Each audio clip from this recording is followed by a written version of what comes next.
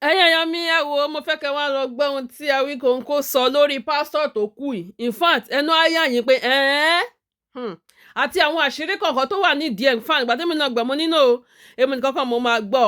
Ẹ jẹ́ ká jọ wá lọ gbọ́ kẹ́yìn náà gbọ́ àṣírí tó wà ní ọ̀rọ̀ yìí. Ẹ jẹ́ ká jọ wá lọ gbọ́. President, look at what brought this regime to us. They are asking government question. Hey, he is using Z to answer. Yet we have the likes of, what is his name, the speaker for the presidency or whatever matters. All sorry, the Kiloruko Bobo Ruben Abati show ye. And they are asking our president to do some questions. Manifesto. Our president didn't make one simple sense. Yet we were using everything for comedy. When our children are dying every day, they are dying. Our children are dying. What is our future? Kilondu wanu. Now we have the likes of this younger guy who wants to become governor in Ekiti. Say if he had succeeded in 2022, then later on lost National Assembly, lost senator and everything, and we are there, we are laughing. How did we get here, Nigerians? I'm asking. How did we get here? Then there was one religious. I would say the few things that relate to them before I bring in my brother to come and talk. If you ask us to be talking about Nigeria and what these leaders have done to us and they are still doing and they have plans to do, which so many of you don't know, I will tell you the big impact that religious leaders that are put in place to divert our attention from the real problem to using kama fear tesile palapalapa the likes of Adeboye and Co Ukpai tí ó tún akutu ku lọ́nà that even at such an age where Ukpai could not even stand very well again, he was still telling people pé wọ́n gbọ́dọ̀ máa follow lọ́wọ́. Ṣé owó yẹn ti save Ukpai báyìí? So to save ẹ báyìí? And they have been used to divert our attention so much that we now live leprotic situations. We are running around to treat ringworm and fear tesile báyìí àwọn palapalapa ní orílẹ̀-èdè Nigeria. And look at where we are today. When it comes to religion, we don't want to hear the truth. We just believe that these good for nothing entities cannot but always be right. Who told you? Now, what will have bred the likes of Adeyemi, Ayobami Samuel that we're talking about today? Go and listen to the messages on our altars. Messages that if you don't take care, you will almost go and do money rituals because at all costs you want to be relevant in a church where the owner is just looking not even to make money again but to damage lives. I've said it before, it's either you accept it or not. Christianity was allowed in the north years back and we had opportunity to make impact. I was in Kano 2003 election during the days of Konkoso. Kano ni mo, I was attending Redeem. Momoyeta and Dala every Sunday now, midweek services. Wọ́n ní amúpọn ẹrù ẹ wọ́ lókè lẹ́wọ́ ẹ̀ wò sàlẹ̀. Àwọn ọmọ tó yẹ ká máa fowó gbà on behalf of Jésù. Àwọn ọmọ tó yẹ ká máa fi tọ́jú. Ṣé báwọn ló wà available fún terrorism lẹ́ni? Àfinásórí òrùlé sí, we think we were serving God. I am happy that Crunch Queen mentioned it too. Ẹ wá ń kó owó yẹn wá sí Southwest. Ṣé bówó tẹ wá ń kó wá sí Southwest nígbà yẹn ṣé bí wọ́n ti wá ń gbà padà pẹ̀lú ẹ̀mí wa lẹ́nu ẹ̀jẹ̀ wa la fi ń san náà. If it were to be the love of Christ that took these businessmen to the north, then so many things should have happened in the north to control what the northern governors were doing. It is called love, humanity. The Lord, the language that the deaf can hear, the language that makes the lame walk, the language that can even make the dead rise. I know what I'm talking about. Now they have siphoned everywhere in Nigeria, buying private jets for one another. The same north, the remnant of their businesses there, people are being unalive there. Did they go there? Can Adeboye go to the north today to hold crusade? Yet àwọn bàbá ìgbàyà ṣeré, wọ́n ń wá abroad, wọ́n lọ ń ṣe crusade káàkiri. Ayé gbogbo yín máa bàjẹ́ tọmọtọmọ ní. Níbi tẹ́ sún wa dé. Where were the messages that will make the likes of Adeyemi Samuel say something and Adema Babe? Taka sọ̀rọ̀ ká bàbẹ́ ní ọmọlúàbí. And what are we asking for as a people? Most unfortunately, all of these things couldn't have happened without our own allowance, without us allowing it. And our parents were not ní láti ṣe. They have a part to play. They do. Look at a society that raised the potency of useless anointing oil, okay, over the power of education and being literate, to the extent that you see the likes of Adeboye, Epafras, Sam Ojo, Taiwo Ojo in society parading themselves as something when actually they are good for nothing entities. So as we have them in the religious bodies, they will call them religious touts or thugs. We have them in the political system too. So they are breeding them in case of incasity. And you people are practicing these religions blindly that you don't even know your right from left. So tí n bá ń gbé wọn ré mo mọ tí mò ń gbé wọn ré fún àwọn fúnra wọn mọ details tí mò ń sọ báwọn làwọn báyé Nàìjíríà jẹ́. Kò wá sọ́nà àbáyọ ọmọ for everybody ń sìn ẹ̀ ráyé wa lóde.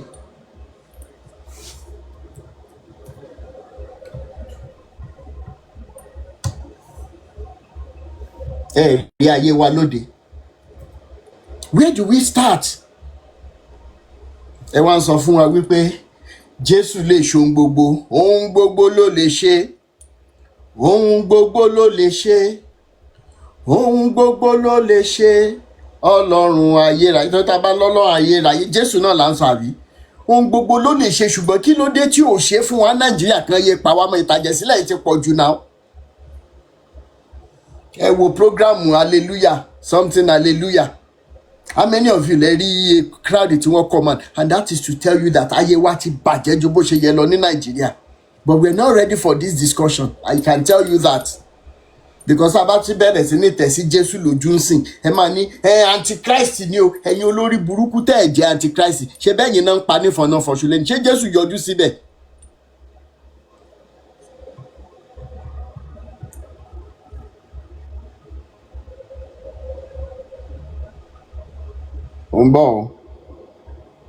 I will play this voice note. You will hear this. To be outside performing burial every day, and they expect us to silence. Now is an order. Nigerian government came out openly and denied there is no massacre. There is no genocide of Christians in Nigeria, and look at it today. I cannot show you this video. Now the mistake, as much as this pastor in the northeast part of Nigeria, Abibola Plateau State, come and see how many people that they are burying in one grave. This is serious mass burial. More than 100 people in one grave. They just unalive them again. But Nigerians are not bothered. We're running around with stupid news. And when you're making atima sáré gbé video, atima launch video lórí ẹ̀.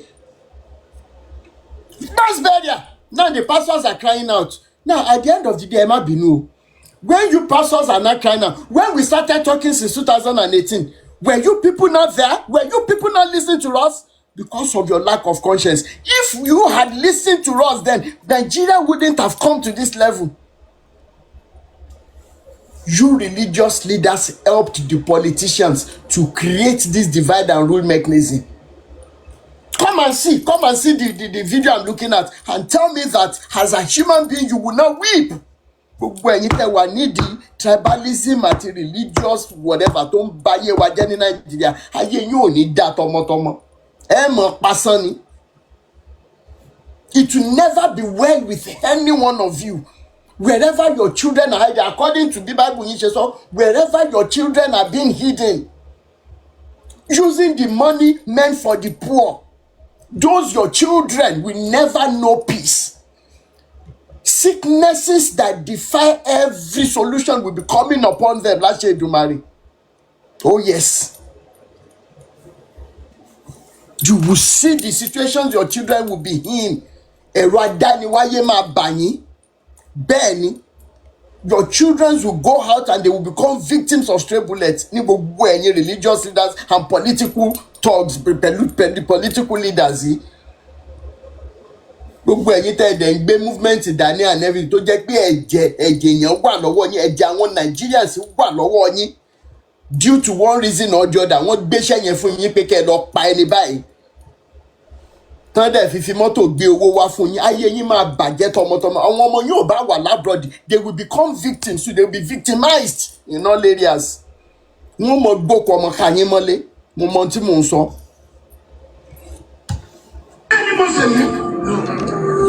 This pastor is not saying, is there Muslim in that grave? How did we get it? Are Muslims, not human beings.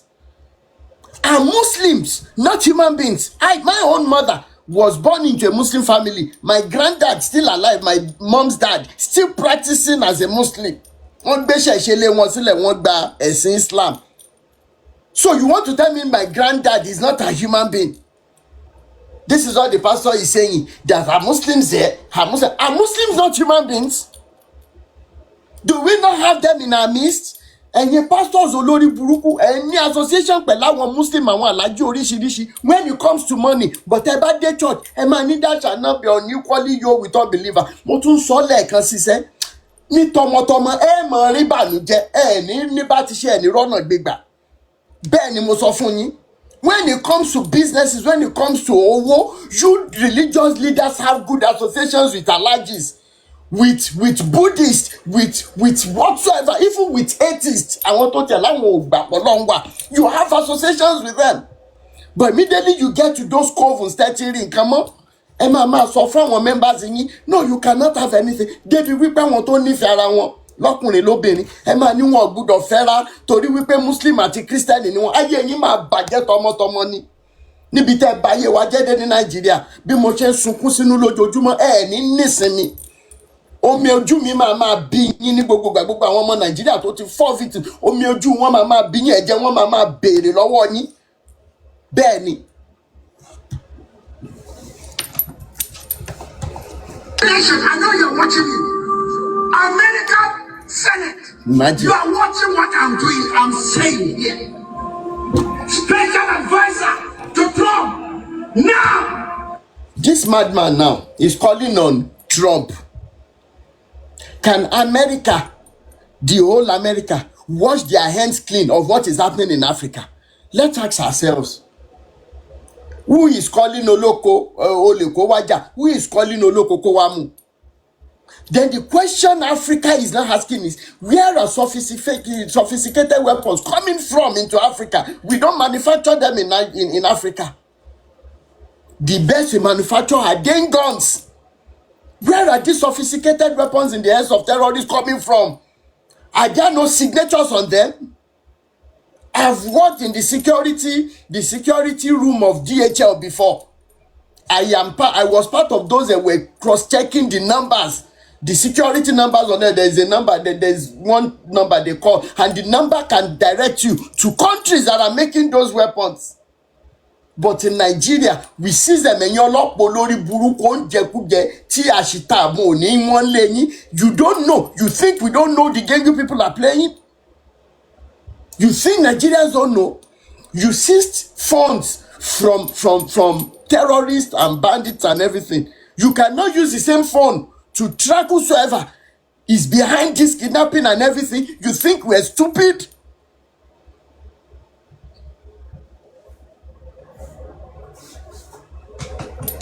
But yet, You know the houses of those that are speaking up and saying enough is enough. You go and arrest them.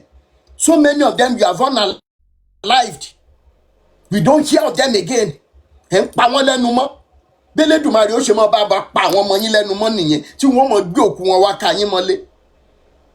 You collect trackable items from terrorists and bandits. You cannot use it to know àwọn bàbá sàlẹ̀ wọn.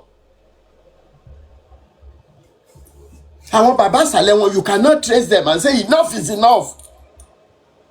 Is it life without live yìí ṣé ó dùn mọ́ yín nú ni? That a nation is crumbled, not even crumbling, it is crumbled already. Even if we say we are going separate ways now, where do we start? Is it not going to be the same good for nothing entities that will be heading each geological zone? And why am I involving these religious leaders? Messages tẹ́ bẹ̀rẹ̀ sí ní preach. Ẹni tó bá lówó ló lè ṣe. You now create hierarchy in a settings where Jesus Christ is being called. In a nation where ẹ̀yin tẹ́ pera yín ní àfáà àti aláàjì or whatever Muslim clerics ẹ lè dúró síbi tí Bobrisky ti ń ṣe nǹkan. Ẹ wá ń sọ torí owó 500 àgbélò náà gbé fún yín. Ẹ̀yin mélòó lẹ rántí fídíò yẹn kí àwọn àfáà jókòó síbẹ̀ kí wọ́n mọ̀ sọ pé àwọn ìyá wa níṣojú Bobrisky Òkúnnẹ́yẹ tẹ́ mọ̀ pọ́kùnrin ni ṣùgbọ́n torí owó ẹ̀ ń sọ pé àwọn ìyá wa ayé gbogbo yín máa bàjẹ́ ni gbogbo ẹ̀yin Muslim clerics yìí ayé yín máa bàjẹ́ ẹ̀ ní rí bá ti ṣe ẹ̀ ní rọ́nà gbégbà ẹ̀ mọ̀ kàn bànújẹ́ ayérayé. This is what we are telling our children. It's okay as long as you make money. It's okay, we will support you as long as you give us money. And Nigerians are not weeping. We are laughing all over social media. Ara àwọn ọkùnrin wa tó yẹ kó wà lójú ogun ká máa jọ fàjà. Wọ́n wà lórí post obìnrin tí wọ́n ti ń make a comment bí ẹni speak in tongues. Tán bá ti rí òhò obìnrin ayé wọn ti bàjẹ́. Tán bá wá ń sọ wípé wọ́n ń sọ̀rọ̀ tó lọ́pọlọ irú yín náà máa yọjú. Ẹ̀yin olùṣọ́ lórí burúkú. Àrí obìnrin wà bẹ́ẹ̀ sí ni you are fearful and wonderful made. Tẹ́ bá rí òyìnbó ẹ̀yin ọkùnrin wa lábẹ́ post àwọn ọmọ tẹ́ ti sọdọ̀ lórí burúkú sí gbòòrò. If they are not making money selling their nudity, they will not be in business today. Èmi àti yín là ń ṣe now. Èmi àti yín là ń fund wọn now. You are fearful and wonderful made. I dare love you. Over I dare love you. Ọmọ tó rí òwò ẹ̀ lásán ó ti ń sọ fún pé ó love ẹ̀. Are we ready for this discussion? So when we talk about the likes of Adeyemi, the church has a part to play. The Islam already too has a part to play because it is either you make money or you make money. So we are not ready for this discussion if we're not going to be relating everything happening in Nigeria to religion.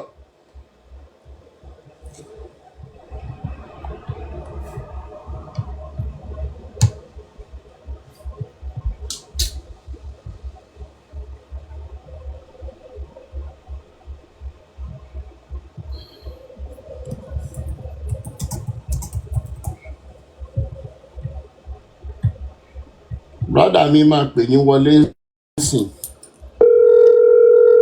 Ọ̀sọ̀rọ̀ tó ti jáde báyìí káṣẹ́ tẹ̀lé. Yes, sir. Hello, sir. Hello.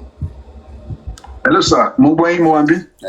Ẹ jẹ́ bá wa kọ́kọ́ sọ bí ẹ ṣe pàdé arákùnrin yìí tí ẹ fẹ́ àlẹ́jì pé ó scam yín. Ẹ jẹ́ bá wa sọ bẹ́ẹ̀ ṣe pàdé ẹ̀dẹ̀ ni ẹ wá bá wa sọ ohun tó dà yín pọ̀ àti gbogbo nǹkan tó ṣẹlẹ̀ àti iye tó wà involved.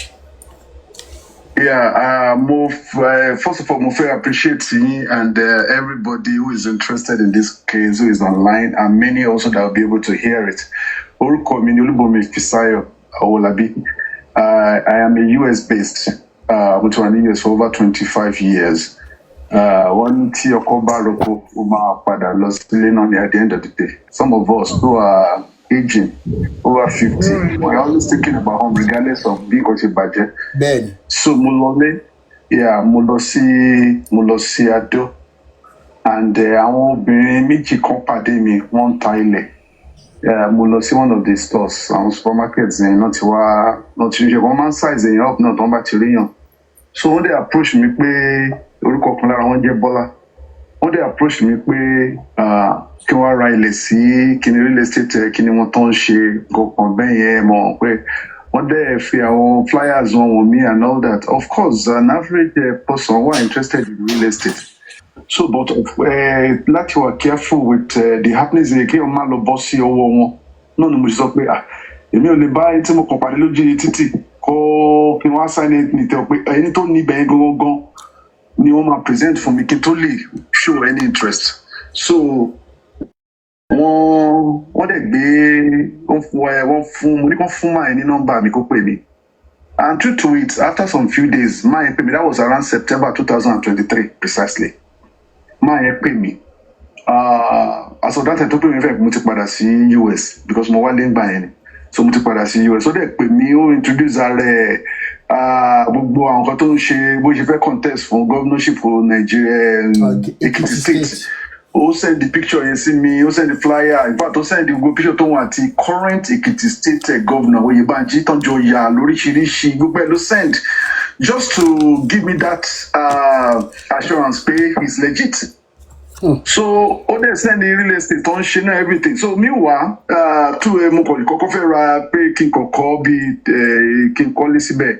So ó wá ta 2 plots, 2 parcels of land for me. Mo dẹ̀ sanwó fún gbogbo documents mo ti send ẹ̀ sí Mr. Daniel. It's not alleged. What you are hearing from me, I'm not alleging. This is what happens to me. I'm the victim and I'm the one talking. Kò sẹ́ni tó ń gbẹ́nu mi sọ̀rọ̀. Mo dẹ̀ ti sọ náà pé tó bá pé ó sọ pé mo defame ó lè sue mi sí court. Then of course we take it up from there. So mo dẹ̀ ra ilẹ̀ méjì yẹn mo ra parcels of land méjì yẹn lọ́wọ́ ẹ̀. So ìgbà tí mo rà ó fún mi gbogbo paperwork ó fún mi everything. So bó ṣe introduce mi sí investment ní pé real estate investment. I mean, video to send, there's nobody to marry video not to disappear. Something big is happening here, it's going to happen here. Let me key in, at the earliest stage. So at the come to town, to my involve. Only initially can invest 10 million. So money, I can't make any investment without affidavit from the court.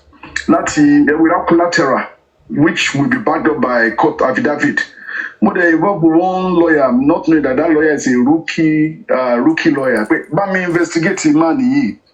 Let's over fish collateral. But me find out where genuine because as like I said, the US, I have to depend on people that are in Nigeria to be able to get it done. Yeah. So mo funny go ahead, and he came back to me. What's the point? He find everything well okay. Pay I should. There's no problem. And then, so mo ṣe bẹ̀ sí invest ní mo bẹ̀ sí send owó yẹn mo ṣiṣẹ́ àṣekúdórógbó nínú òyìnbó ni àṣepá 7 days a week 14 hours 12 hours every day I was raising time to so mo raise 10 million yẹn time to kí n padà sílé bóyá tún sákìnnì pé kí n jump up to 20 million. And of course, I need passive income at home in Nigeria. That's just very important to me. I want my money to work for me. Bottom line. And that was why I was so interested. To marry between legit to invest over me. Why not? In Nigeria in the past. I want Nigeria still bam. But I don't know for whatever reason. I just believe things might work out in Nigeria. In fact, I'm not like digressing.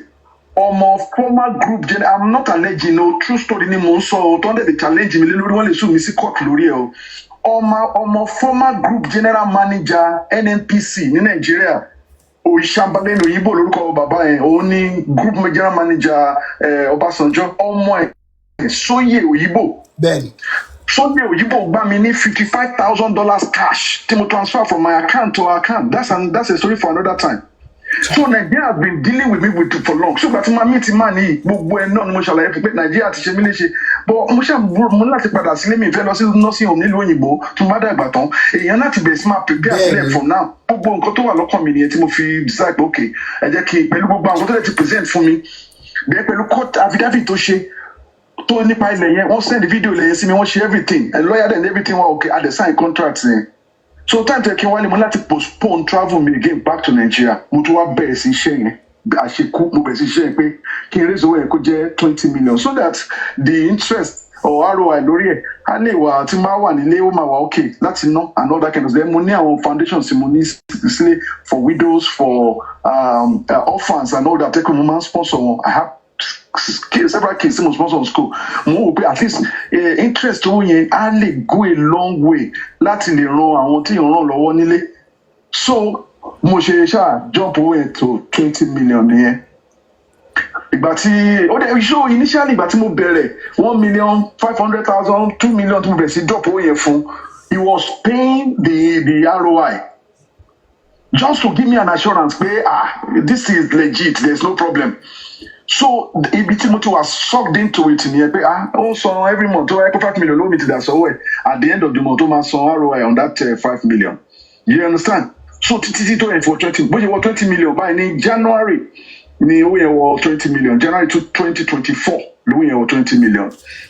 Bó ṣe gbàgà ni ó wá san 1 million for the month of February and that was the last I had. Eré ni mo pè wẹ́ àti ní court affidavit àti sign agreement pé tó bá ti rówó san o 2 hectares of land real estate here o kí n take care over without even a recourse to the court of law. Nǹkan tó wà nínú contract wa nìyẹn.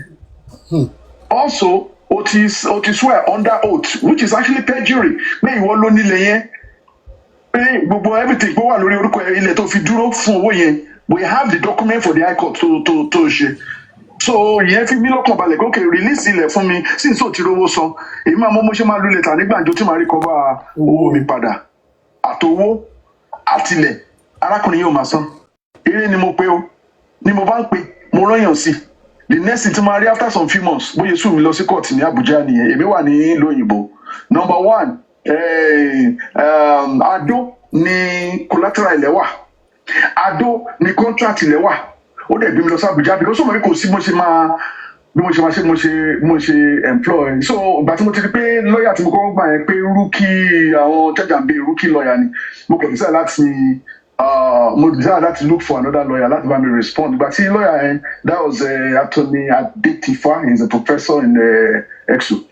So mo ṣe gbé yẹn dìde nìyẹn. So by the time tó máa ṣe inquiries lórí lawsuit yẹn is a fake lawsuit. It's not that lawsuit was not filed. Ó kàn lò láti fi chase me away láti máa come after him ni. So bá ṣe àárín that is another criminal offence. There are in fact legal cases wà lórí ilẹ̀ tẹ́ pé orúkọ tí ẹ̀gán kan yóò àtọ̀. Àwọn abẹ́ sí ṣe find out discover pé o kò ra ilẹ̀ yẹn lọ́wọ́ àwọn tí ó ti fẹ́ ra ilẹ̀ yẹn kò sanwó fún wọn àtọ̀. Ó dẹ̀ fi ilẹ̀ yẹn dúró láti gba owó jáde lọ́wọ́ mi. Tẹ́ fi máa mọ̀ pé Ayọ̀bámi is a criminal gidi ni. Okay, ìgbà tí mo wá bẹ̀ sí pé mo ṣe kòkò gbàgbọ́ mi mọ́ kò sọ anything mọ́ for almost a year. So mo ṣe gbéra ni mo ṣe connect EFCC nìyẹn pé well mo dẹ̀ lé case mi fún wọn. So wọ́n dẹ̀ invite pé kó wá sí Ìbàdàn kó wá answer to that allegation. Bí máa yọjú tí mo yẹ máa sọ̀rọ̀ bó ṣe bẹ̀rẹ̀ sí dìbò wọn ní ẹgbà kan ẹmọ olóhùn sí kìíní ó ní kìíní kan up tí mo yẹ máa sọ̀rọ̀ kò tí yọjú sí EFCC. So as we are speaking, so that's why I say it's not an alleged case, it is an EFCC case. As I'm speaking, the EFCC are still looking for him. So the guy is on the run. He is on the run. So they are looking for him as we speak.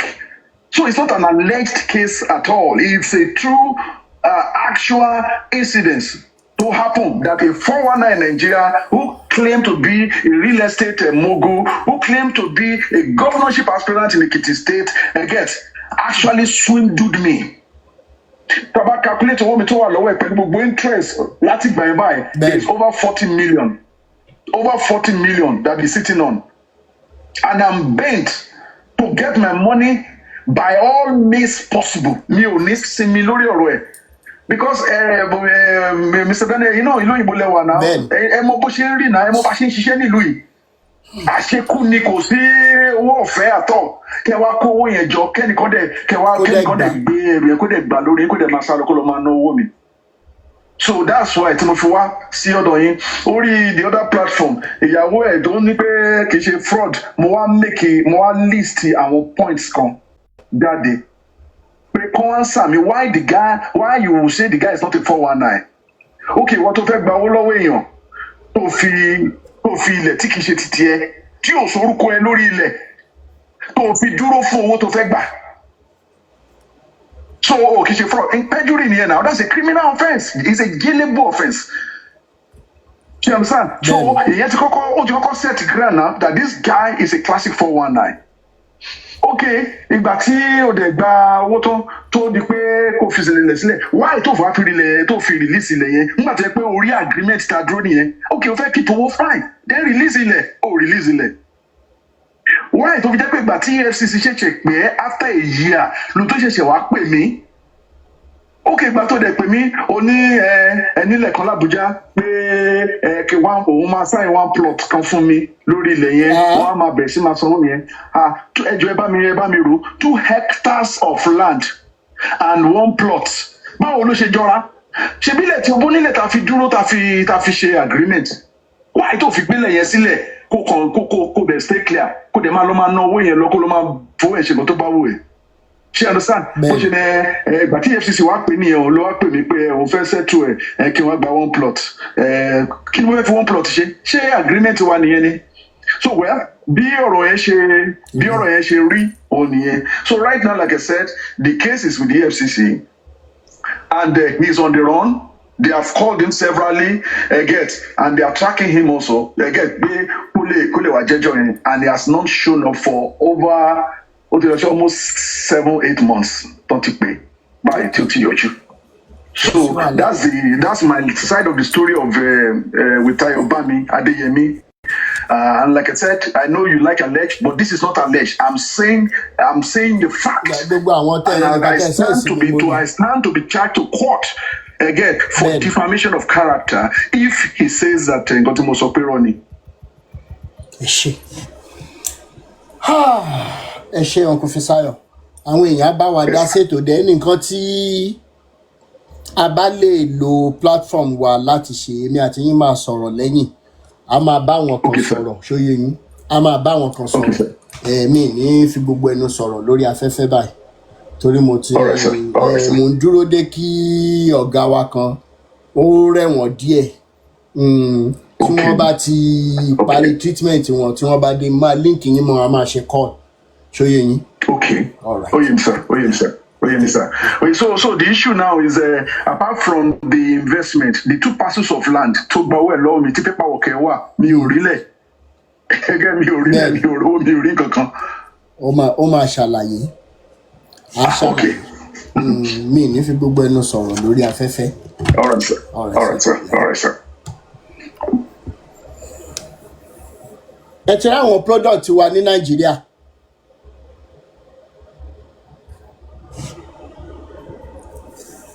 Kí ni wọ́n fò lè ṣe láyé tí mo wá? Kí ni wọ́n fò lè ṣe láyé tí mo wá? Kí ni wọ́n fò lè ṣe láyé tí mo wá? Kí ni wọ́n fò lè ṣe láyé tí mo wá? Kàkà kí n jalè máa kúkú dẹrú. Kí ni wọ́n fò lè ṣe láyé tí mo wá? Ṣé báwọn rí foundation wa nìyẹn? Kó tó di wípé wọ́n sọ fún wa pé má wọrí o lè jalè ṣùgbọ́n sọ fún Jésù. Ó bá ti ṣe ẹ mọ ibi tí wàhálà wa ti bẹ̀rẹ̀. That somebody who once believed that tí n bá ṣe nǹkan báyìí this is what will happen to me tó dẹ̀ máa ń gáìdì gbogbo nǹkan tá à ń ṣe ń gbà pé mi gbọ́dọ̀ ṣe ka fọ́mọ́là kejì nǹkan tí mi bá ti fẹ́ jẹ́ kí wọ́n ṣe fún mi gbọ́dọ̀ ṣe fọ́mọ́là kejì. It is even my common whatever with obìnrin.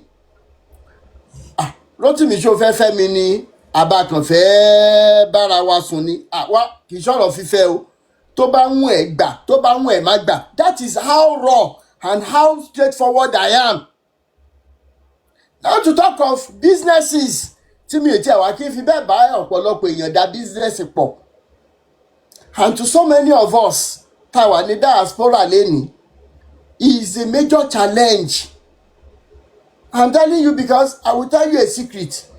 When you are in all this outside country, if you don't have what you're putting that money on, I will not lie to you, the money goes back into their system, either you like it or not. But tó bá ní nǹkan tó ń fowó jó nílé ló ṣe máa wò pé òkè jẹ́ máa fi ṣe ó ti mọ̀ pé commitment ni. Ìtorí ẹnu mi dùn fún Adrian Holmes tí mo bá sọ̀rọ̀ directly. I think around this time yesterday I was able to speak with him and a representative. Mo gbé àwọn nǹkan kan kalẹ̀ táwọn èèyàn sọ fún mi, and he gave me a promise to look into it, which I am hoping that some of you that came to me that Adrian Holmes ṣe báyìí, Adrian Holmes ṣe báyìí, as long as you show me the evidence of nǹkan tẹ́ ẹ rà lọ́wọ́ wọn, he is ready to solve the problem. Bẹ́ẹ̀ ni, he has made that promise. Yeah, he has made that promise. Now look at another one today. And finally, like what I was saying, in tí wọ́n fi raise wa lẹ́gbẹ̀ẹ́ kan nípa religion tán gbà ni wípé tó bá ṣe nǹkan báyìí máa ṣẹlẹ̀. Ọ̀rọ̀ foundations tí wọ́n lé wa lé lórí pẹ̀lú acceptance of these foreign religions tó bà gbogbo foundation yẹn jẹ́. I will tell you how it is happening. Ẹ̀yin mélòó lẹ ṣe titration tẹ́ máa fẹnu fa máa fẹnu fa bóyá base lẹ máa fà sínú pipette tàbí kí náà máa ń pe kíní yẹn, ẹ máa dà sínú conical flask kékeré yẹn, ẹ máa wá sí acid, okay, base lẹ máa fẹnu fà. Nígbà tẹ́bi tí ẹ ń pa wá ń gbà yẹn ṣe la tún máa ń mú, a máa ń mú díẹ̀díẹ̀ ní ẹ dẹ̀ máa tàtẹ́, ẹ mọ̀ pé kọ́lọ̀ yẹn díẹ̀díẹ̀ ló máa change. Bí ọ̀rọ̀ influx impact of foreign religion ṣe wá nìyẹn. Ẹ wá wo bí tá a wà lénìí. Now ní gbogbo ìgbà yẹn tí Catholicism dé, tá a mọ̀ pé wọ́n wá establish colonization ni, wọ́n gbé Jésù tí wọn ò mọ̀ ń pẹ̀ wá fún wa. Finally wọ́n wá sọ fún a whole community pé má worry, tó bá ti ṣe nǹkan báyìí, wọ́n ṣe ayé ẹ̀yin tẹ́ gbé Christianity wá fún wa ò ní dá, ẹ̀yin tẹ́ ń propagate even despite all the evidences, ayé tí yín náà ò ní dá. Look at this, wọ́n wá kọ́ pákó kan, wọ́n á fi ihò kékeré sí, o ò nílé rẹ ni tó ń bá sọ̀rọ̀, wà wá lọ kúnlẹ̀ fún èèyàn bíi tiẹ̀, wá sọ pé Father, I am here to confess my sin. I am here to do what? To confess my sin. And go ahead, what did you do? Yesterday as I was going to the farm, I saw my friend on his farm. His farm entered my eyes and now unalive him and now took over his farm. Emagati, Father Maso, Father ni, you are forgiven. Go in peace. God has forgiven you. As against teachings àwọn baba ńlá wa tó sọ wípé tó bá fi idà pààyàn, idà la máa fi pa ẹ́.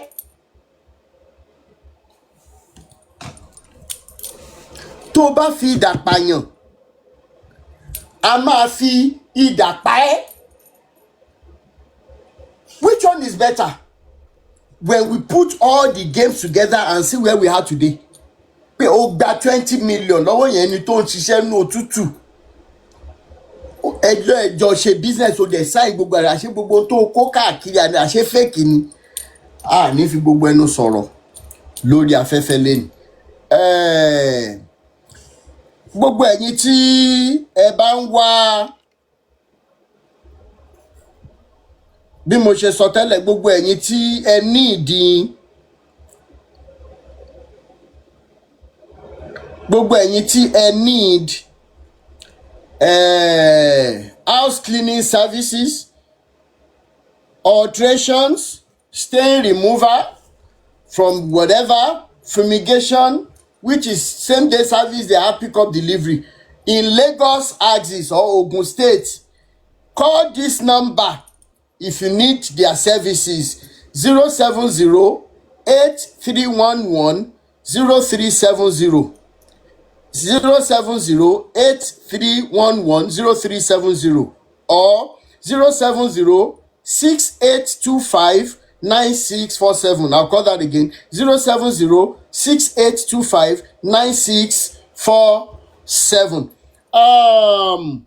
Lórí ọ̀rọ̀ tí a gbé wálé ní ẹ jẹ́ kí n mọ̀ gbé àwọn èèyàn wọlé kí wọ́n bá wa dá sí ètò. Bọ̀ gbogbo nǹkan tẹ́ ẹ bá mọ̀ wípé ó yẹ kó jẹ́ nǹkan àṣírí tá a lè sọ tó yẹ pé ẹ fẹ́ bá wa sọ ní kí lorúkọ ẹ̀ ní ẹ jẹ́ mọ́ sọ ní bíbá so that ẹni yìí náà mo mọ̀ pé ń wò wá. I sent a message to him and I'm happy that he responded, but we know that he is a crook.